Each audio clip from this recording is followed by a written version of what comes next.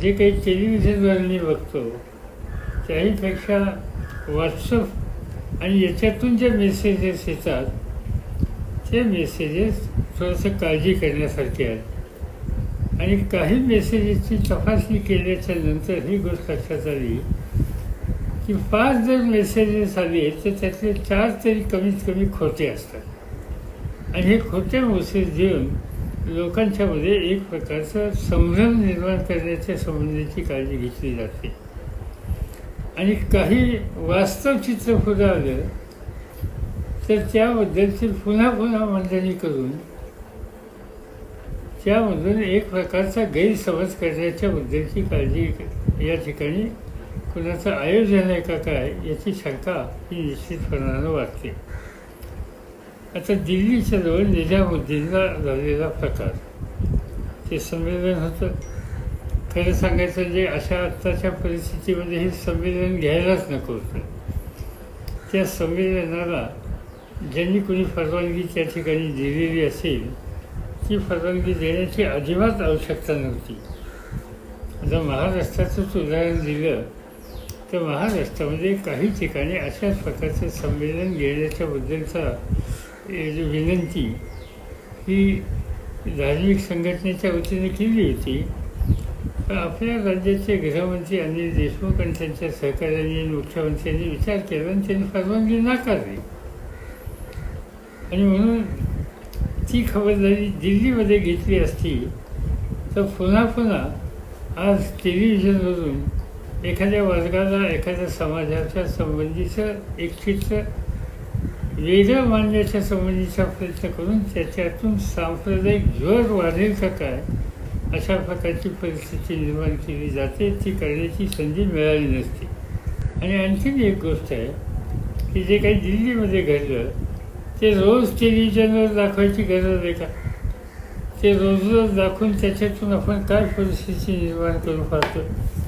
महाराष्ट्राचे मुख्यमंत्री उद्धव ठाकरे यांना मी विनंती केली की या अर्थकारणाला कसं तोंड द्यायचं याचा विचार करण्याच्यासाठी काही जाणकार लोकांना आपण एकत्र बोलूया, ज्यांनी या सगळ्या क्षेत्रात काम केलेलं आहे अशांचा आपण सल्ला घेऊया आणि पुढचे 6 महिने वर्षभर महाराष्ट्रामध्ये कशा पद्धतीनं पावलं टाकून कोरोनाच्यामुळं जे काही अर्थकारणावर झालेले विपरीत परिणाम आहेत, जे बेरोजगारी किंवा तत्सम प्रश्न निर्माण होतील याच्यातून बाहेर कसं काढायचं या दृष्टीनं या प्रकारची काळजी ही घेण्याच्यासाठी अशा प्रकारचा एखादा टास्क फोर्स हा नेमणं अतिशय उपयुक्त आहे. काही प्रश्न आहेत. भालचंद्र नालावडेंचा प्रश्न आहे.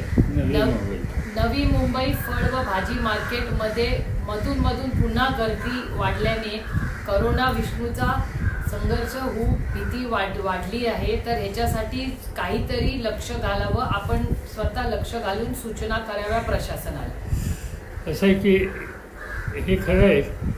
एका बाजूने शेतकऱ्याच्या शेतीतल्या मालाची विक्री करण्याच्या संबंधीचा प्रश्न आहे आणि ग्राहकांना फळं भाजी याची उपलब्ध करून देणं आवश्यक आहे. अनेक ठिकाणी या प्रकारचं काम सुरू आहे, पण त्यासाठी काळजी घेतलेली आहे. अंतर ठेवण्याच्या बद्दलची खबरदारी घेतलेली आहे. नव्या मुंबईतला भालचंद्र नालावडेंचा प्रश्न तरी माझ्यापुढं एक तास आणला आणि जरूर आता या कामातून मोकळं झाल्यावर मी आजच्या आज नव्या मुंबईच्या मार्केटच्या संबंधाचे जे कोणी आणि राज्य सरकारचे घटक असतील त्यांच्याशी बोलून मार्केट पूर्णपणानं बंद करणं योग्य होणार नाही, पण त्याच्यामध्ये जी काळजी घ्यायला पाहिजे ती काळजी घेण्याच्याबद्दलची खबरदारी घेण्याच्या सूचना आम्ही त्या ठिकाणी निश्चितपणानं देऊ.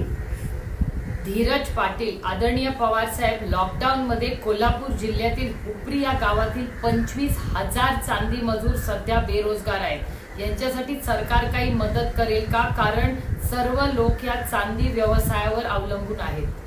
हुपरी हे चांदीच्या कामाच्यासाठी संपूर्ण देशामध्ये प्रसिद्ध आहे आणि तिथं अतिशय कर्तृत्वान कलावंत त्याची मला कल्पना आहे.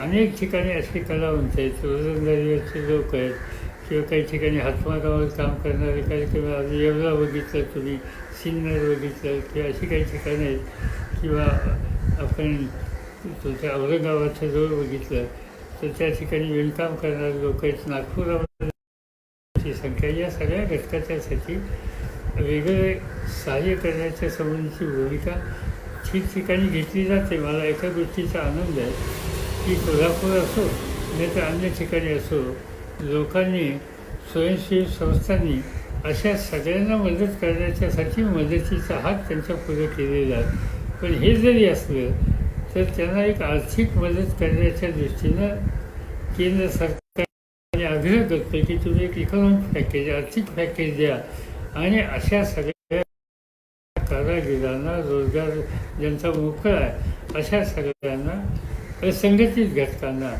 आपण एक त्यांचं अर्थकारण सुधारण्याच्यासाठी हे पॅकेज लवकरात लवकर द्या आणि ते पोहोचवण्याची काळजी घेतली जाईल. तो आग्रह केंद्राकडे आम्ही सातत्याने ठेवू. प्रभाकर येऊळ घाटकोपर सर, मुंबईमधील गावातील गेलेल्या गावात घेतलं जात नाही, त्यामुळे गावकरी आणि शहरातील नोकरीदार असा वाद सुरू झालाय. गावात काही संकट आलं, पूर आला असेल, मंदिर बांधायचं असेल कार्यक्रमात, तेव्हा शहरातून मदत जाते. पण आता गावाच्या बंदीमुळे सामाजिक विषमता वाढत आहे. दोघांना हे योग्य ते मार्गदर्शन करावं. प्रभाकर येऊळ घाटकोपर मुंबई.